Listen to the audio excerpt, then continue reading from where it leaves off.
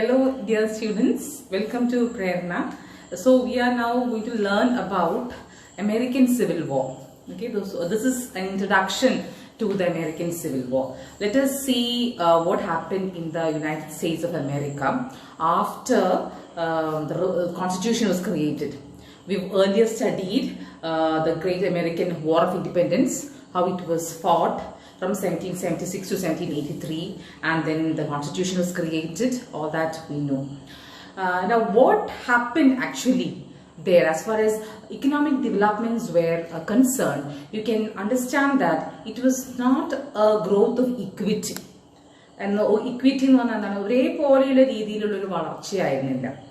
there was a lot of disparity between the northern states and the southern states of America. Northern states and southern states. This resulted in a lot of clashes between these two divisions, northern states and southern states. India, North India, South India, northern states of America and southern states of America. About a discrepancy that was related to slavery, that was related to a lot of other problems, but predominantly slavery. So let us now see when this American Civil War was fought. I have the dates for you. എപ്പോഴാണ് ഈ ഒരു ആഭ്യന്തര യുദ്ധം, civil war എന്ന് പറയുമ്പോൾ ആഭ്യന്തര യുദ്ധം ഏത് വർഷമാണ് നടന്നത്? 1861 മുതൽ 65 വരെ. ഏത് വർഷം? 1861 to 1865. Okay, it was fought between the northern states on one side and southern states of the other. അപ്പം പുറമേ നിന്നൊരു ശക്തി ഇതിനകത്ത് ഇല്ലാത്തത് കൊണ്ടാണ് നമ്മൾ അതിനെ എന്ത് വിളിക്കുന്നത്? ആഭ്യന്തര കലാപം അല്ലെങ്കിൽ സിവിൽ വാർ എന്ന് വിളിക്കുന്നത്. This was not a war when a foreign country invaded. No, അങ്ങനെയല്ല. ഉള്ളിൽ തന്നെയുള്ള പ്രശ്നങ്ങളാണ് ഇത്തരത്തിലുള്ള. ഇന്ത്യയിൽ നോക്കുവാണെങ്കിൽ നമുക്കറിയാം, ഇപ്പം മാവോയിസ്റ്റുകളുടെ പ്രശ്നം ആഭ്യന്തര പ്രശ്നമാണ്. അപ്പൊ അങ്ങനത്തെയുള്ള പ്രശ്നങ്ങളൊക്കെ ഉണ്ടാകുമ്പോഴാണ് നമ്മൾ ആഭ്യന്തരമായിട്ട് പറയുന്നത്. That is here you can see how this a civil war. Okay, now what was a major reason? That is what we have to analyze. Let me tell you that the most important reason was associated with slavery or the enslavement of black people. Enslavement of black people എന്ന് പറഞ്ഞാൽ എന്താണ്? കറുത്ത വർഗ്ഗക്കാരെ അവിടെ നമുക്കറിയാം, it actually happen along with colonialism. കുറേയധികം plantation estates ഒക്കെ ഉണ്ടായിരുന്നു. അപ്പോൾ അവിടെ ഈ കറുത്ത വർഗ്ഗക്കാര് they were taken from Africa.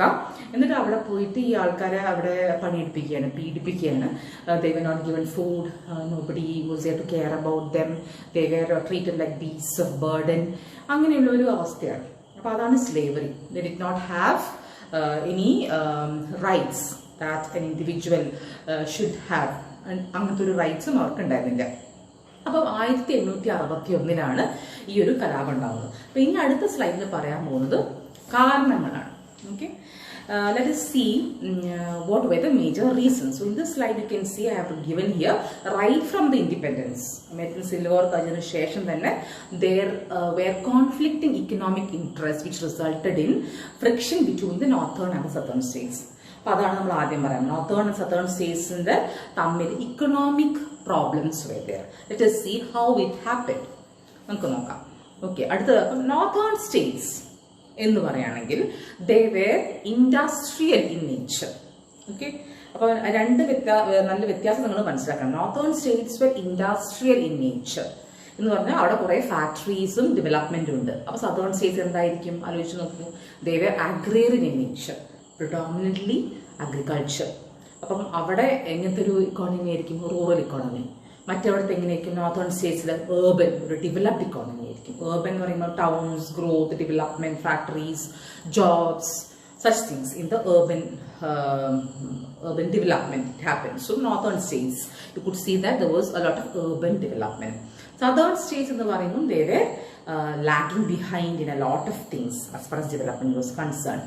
But northerners, since they had these industries, what they wanted was to impose protective tariffs. ഇപ്പം നോർത്തേൺ സ്റ്റേറ്റ്സിൽ കുറെ ഫാക്ടറി ഉണ്ടെന്ന് വിചാരിക്കാം. ഇപ്പം സ്പെയർ പാർട്സ് ഉണ്ടാക്കുന്നത്, അല്ലെങ്കിൽ കോട്ടൻ്റെ ആയിക്കോട്ടെ, എന്തെങ്കിലും ഇൻഡസ്ട്രി അസച്ച് ഉണ്ടാകുന്ന വിചാരിക്കാം. അപ്പം അവർക്ക് അവരുടെ പ്രോഡക്റ്റിനെ പ്രൊട്ടക്ട് ചെയ്യാൻ വേണ്ടിയിട്ട് എന്ത് ചെയ്യും? അവരുടെ റേറ്റ്സ് കൂട്ടും. Okay, protective tariffs and rates were introduced upon the goods which they produced. So they did so because they wanted their industries to be protected from foreign competition. നല്ലൊരു കാശ് കിട്ടും, അവരുടെ ഇൻഡസ്ട്രിയലിസ്റ്റിന് ഫേവർ ചെയ്യാൻ വേണ്ടിയിട്ടാണ് അങ്ങനെ ചെയ്തത്. പക്ഷെ സദേൺ സ്റ്റേറ്റ്സിന് since they had only agriculture, they were forced to buy a lot of goods from northern states. Industrial സെന്റേഴ്സിന് പോയിട്ട് വാങ്ങേണ്ടി വരും. അപ്പം അവർക്ക് ഈ northern states rate കൂട്ടുമ്പം that was not favorable for them, because they wanted northern states to supply them industrial goods at a very low price. And southern states wanted that desperately. Northern states were not ready to do that. So that sort of economic disparity that sort of economic clashes could be seen in this period. Okay. So northern states wanted development. They wanted a big economic system which was controlled by industrial corporates. They wanted a very strong banking system. When they started new industries, they wanted banks to give them loans. They supported banking system. They developed roads, transportation system, because they had to take their goods from one place to the other, one industry to the other place. So they had a very developed network of roads, communication facilities, which the southern states did not have. That's what you have to notice. Okay. And ഇത്തരത്തിലുള്ള ഒരു development ആണ് northern States. Southern സ്റ്റേറ്റ്സിൽ എങ്ങനെയാണ്? Southern states you can see that they were predominantly dominated by landlords who were conservatives in nature. Conservative എന്ന് പറയുമ്പോൾ പരമ്പരാഗത ചിന്താഗതി. They did not want to vote for development. They were not progressive in nature. So such people dominated southern states. They were agrarian in nature, rural in nature, moreover conservative in nature. നമുക്കറിയാം, നാടുകളിൽ പോവുകയാണെങ്കിൽ people are more conservative in nature, not very open to change like in cities. In cities, people are leading such a busy life that they are open to changes. But in the southern states, which were dominated by villages, they were not ready to go for changes. So they feared, ഇങ്ങനത്തെ ഒരു അരക്ഷിതാവസ്ഥയാണ്. They feared that northern states would dominate them. Okay, അത്തരത്തിലുള്ളൊരു ഭയമുണ്ട്. അപ്പോൾ എന്തുകൊണ്ടാണ് ഈ ഭയം വരുന്നത്? കാരണം അവർക്ക് ഇൻഡസ്ട്രീസ് ഇല്ല. അപ്പം നോർത്തേൺ സ്റ്റേറ്റ്സ് അവരെ ഭരിക്കാൻ വരുമോ എന്നുള്ളൊരു പേടി അവർക്കുണ്ടായിരുന്നു. ഓക്കെ, അപ്പോൾ അതാ നോക്കുക. പിന്നെ വേറൊരു പ്രധാനപ്പെട്ട പ്രശ്നം എന്താണെന്ന് വെച്ചാൽ house of representatives. Okay, American house of റെപ്രസെൻറ്റേറ്റീവ്സിൽ northern states had 135 seats. Southern states only 87. That was another reason for this insecurity which southern states had. 87 സീറ്റുകൾ എന്ന് പറയുമ്പോൾ 87 ആൾക്കാർ, മറ്റൊരു 135. അപ്പോൾ അവർ പാർലമെന്റിലൊക്കെ ബില്ലൊക്കെ പാസ് ചെയ്തിട്ട് അവർക്ക് ഫേവറബിൾ ആയിട്ടുള്ള കാര്യങ്ങൾ ഉണ്ടാക്കുമോ എന്നൊരു ഭയം ഉണ്ടായിരുന്നു. So that is where northerners had 135, southerners had 87. Okay, ഇനി പറയാൻ പോകുന്നതാണ് ഏറ്റവും പ്രധാനപ്പെട്ട കാരണം. I gave little bit of details in the introduction. That is slavery, അടിമത്ത വ്യവസ്ഥിതി. സ്ലേവറി എന്ന് പറയുന്നത് it was an integral part of American economy, especially after the American war of independence. ആ ഒരു കാലഘട്ടത്തിൽ തന്നെയാണ് ഒരുപാട് whites bought a lot of estates. എന്തിൻ്റെ എസ്റ്റേറ്റ് ആണ്? കോട്ടൺ ആവാം, ടുബാക്കോ ആവാം, ഷുഗർ കെയിൻ ആവാം, വലിയ വലിയ എസ്റ്റേറ്റ്സ്. അപ്പം ഈ എസ്റ്റേറ്റ്സിലൊക്കെ പണിയെടുക്കാൻ വേണ്ടിയിട്ട് ആള് വേണം. അപ്പം ഈ പണിയെടുക്കാൻ ആളെ വേണം എന്ന് പറയുമ്പോൾ you must be remembering now how I had told before. ആ നാട്ടിലെ ആൾക്കാർക്ക് കുറേ പേര് മരിച്ചുപോയി. അപ്പോൾ ഷോർട്ടേജ് ഓഫ് ലേബർ ആയിരുന്നു. So they wanted new people. Whites were not ready to work in the fields. So എന്ത് ചെയ്യണം? They wanted to get people from Africa. Okay, അവിടെ നിന്ന് വലിയ കപ്പലിലൊക്കെ ഇങ്ങനെ കടത്തിക്കൊണ്ടുപോവുകയാണ് ചെയ്യുന്നത്. Next class I show you images. This class actually I forgot to bring the images. Next class I do that. So ഈ കപ്പലിലൊക്കെ ഒരുപാട് പേരെ ഇങ്ങനെ കുറേ ആൾക്കാർ ഒരുമിച്ച് അങ്ങോട്ട് ഇടുക. എന്നിട്ട് അങ്ങനെ എളുപ്പമല്ല, 3 മാസമൊക്കെ എടുക്കും അപ്പം എത്താൻ വേണ്ടിയിട്ട്. സോ ഈ ഒരു കാലഘട്ടത്തിൽ ആൾക്കാർ മരിക്കുന്നു. അപ്പോൾ എടുത്ത് ബോഡി എടുത്തിട്ട് വെള്ളത്തിലിടുന്നു. ദേ വർ ടൈഡ്, ദേ വർ ചെയിൻഡ്. ഭക്ഷണം കൊടുക്കുന്നില്ല, ഡ്രസ്സില്ല, അവർ ഇൻസൾട്ടഡ്, എന്തും ചെയ്യാം അവരെ എന്നുള്ളതാണ്.